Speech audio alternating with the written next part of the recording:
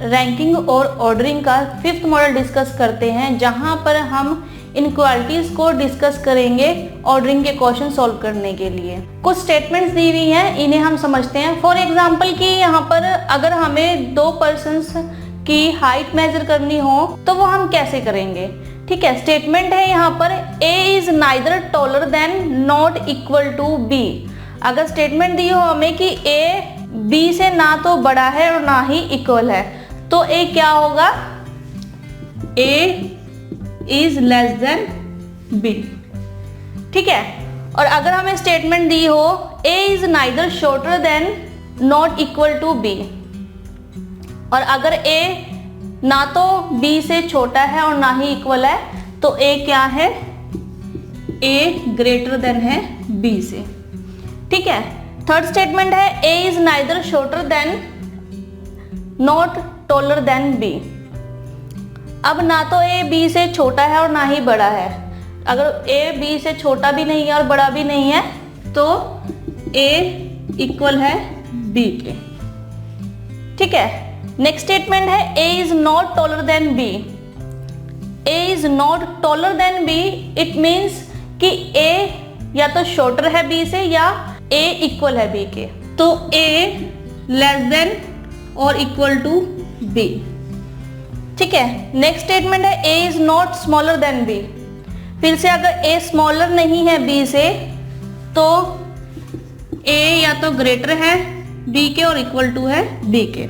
Next है A is as tall as B, as tall as B। ठीक है, तो अगर A टॉल एज B है, तो यानी कि यहाँ पर A जो है वो B के इक्वल है।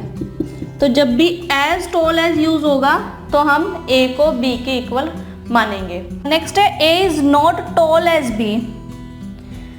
अगर A B के टॉल नहीं है और इक्वल भी नहीं है, तो A लेस देन है B से। ठीक है, A B से स्मॉलर है। तो ये कुछ स्टेटमेंट्स हैं। अगर हमें हाइट मेजर करनी हो, वेट मेजर करनी हो, तो हम कौन सी इनइक्वालिटीज को यहाँ यूज करेंगे, ये हम लोगों ने सीखा। अब एक इम्पॉर्टेंट पॉइंट और इनइक्वालिटीज में, कि यहाँ पर एक वर्ड यूज होता है ओनली। अगर ओनली वर्ड यूज होता है तो उसका मीनिंग क्या है यहाँ पर। सपोज कि जैसे स्टेटमेंट है हमारे पास A is shorter than only B। ठीक है, ये हमें स्टेटमेंट दी हुई है कि A is shorter than only B, और अगर यहाँ पे ओनली वर्ड यूज हो रखा है, तो हम इस तरह की स्टेटमेंट को कैसे मेजर करेंगे। अब यहाँ पे अगर जब ओनली वर्ड यूज हो रहा है, तो इसका मतलब ये है कि पूरे ग्रुप में जो भी हमें ग्रुप दिया होगा पर्सन्स का, तो उस ग्रुप में जो B है वो सबसे टॉलेस्ट पर्सन है। ठीक है, यानी कि सपोज कि अगर हमारे पास 5 पर्सन्स का ग्रुप है A B C D and E। ठीक है, और अगर हमें उसमें सबसे शॉर्टेस्ट पर्सन फाइंड आउट करना हो, तो हम ये कह सकते हैं कि, और अगर उसमें स्टेटमेंट में ये दिया हो कि A is shorter than only B, तो हम वहाँ पर जो B है वो सबसे टॉलेस्ट पर्सन है। ठीक है, सेकेंड टॉलेस्ट पर्सन A है। तो जब भी ओनली वर्ड दिया हो तो A is less than B, तो और इसका मतलब होगा कि B is tallest person in the group. ठीक है, और A जो है ये सेकेंड टॉलेस्ट पर्सन है। तो जब भी हमें A is shorter than only B दिया हो, तो B ग्रुप में टॉलेस्ट पर्सन है और A जो है वो सेकेंड टॉलेस्ट पर्सन है। ऐसे ही अगर हमें स्टेटमेंट दी हो A is taller than only B। ठीक है, फिर से ओनली वर्ड यूज हो रहा है यहाँ पर, तो A is greater than B। ठीक है, तो यहाँ पर B जो है वो स्मॉलेस्ट पर्सन है ग्रुप में। ठीक है, सबसे स्मॉलेस्ट पर्सन है ग्रुप में, इससे स्मॉलेस्ट कोई भी नहीं है। ठीक है, और जो ए है वो सेकंड स्मॉलेस्ट है।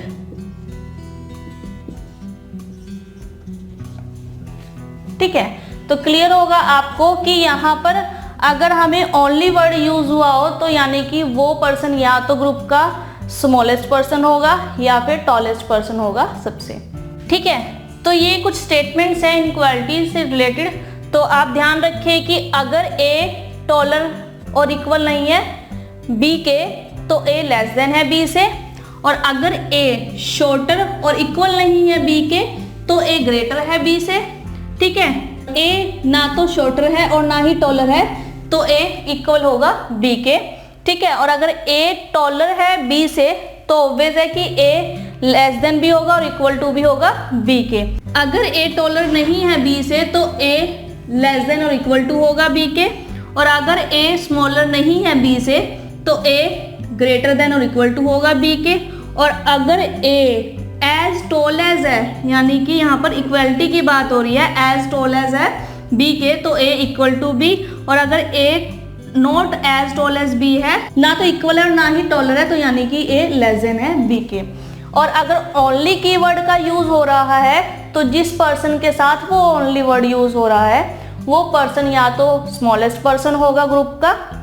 ठीक है, डिपेंड करता है कि शॉर्टर देन है या टॉलर देन है, तो या तो वो सबसे स्मॉलेस्ट पर्सन होगा या सबसे टॉलेस्ट पर्सन होगा।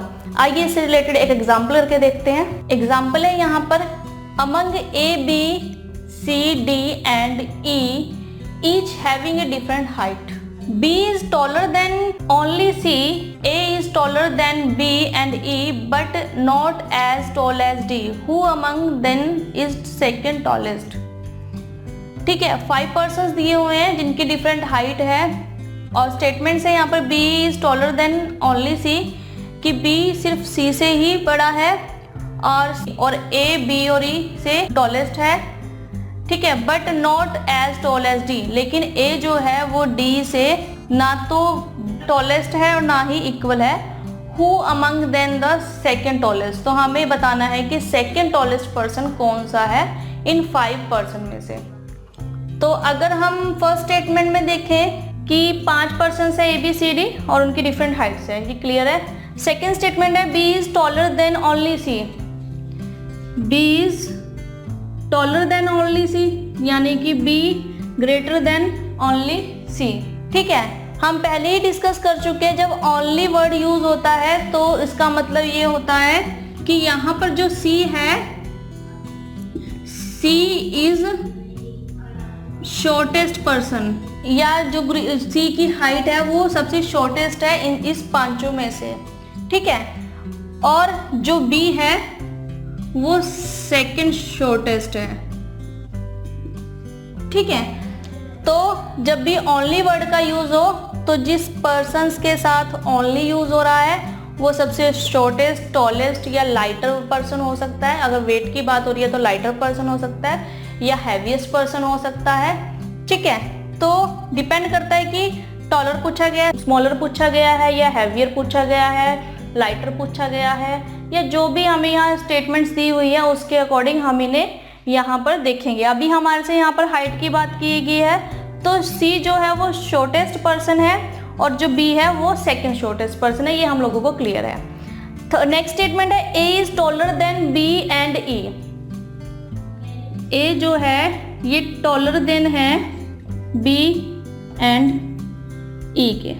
ठीक है, but not as tall as D, यानी कि जो A है वो not tall as tall D है, तो यानी कि जो A है वो लेस देन है D के। ठीक है, अब यहाँ पर हमें कुछ इनइक्वालिटीज या इक्वालिटीज पता चल चुकी हैं कि क्या है इन 5 पर्सन्स के बीच में। तो अगर हम इन 5 पर्सन्स को असेंडिंग ऑर्डर में अरेंज करें तो हमें पता है कि हम शॉर्टेस्ट टू टॉलेस्ट चलते हैं। तो सबसे शॉर्टेस्ट है C से टॉलेस्ट है यहाँ पर B, और B से टॉलेस्ट होगा E।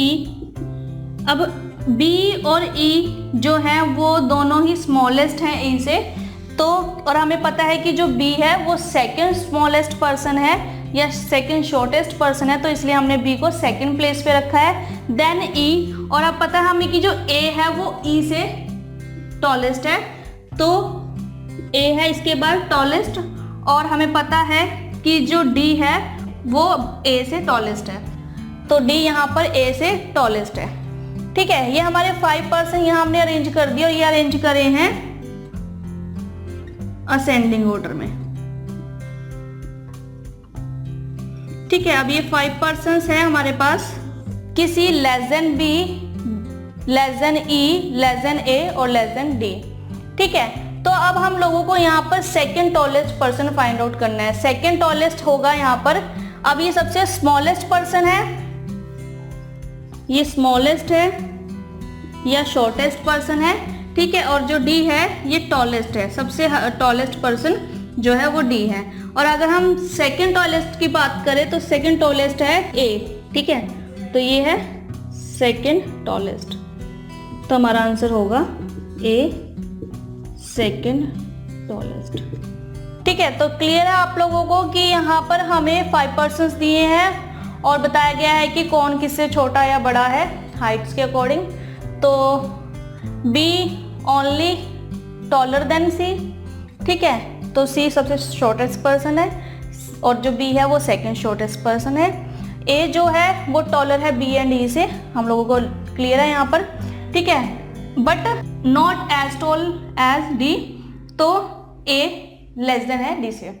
अगर हम इन्हें अरेंज करें, हमें second highest second tallest person चाहिए, तो अगर हम इन्हें अरेंज करें, फर्स्ट शॉर्टेस्ट पर्सन होगा सी, बी यहाँ पर सेकंड शॉर्टेस्ट पर्सन है। ठीक है, उसके बाद जो बी के बाद है वो ई, देन ए, क्योंकि ए जो है वो बी और ई से ग्रेटर देन है। ठीक है, और देन डी।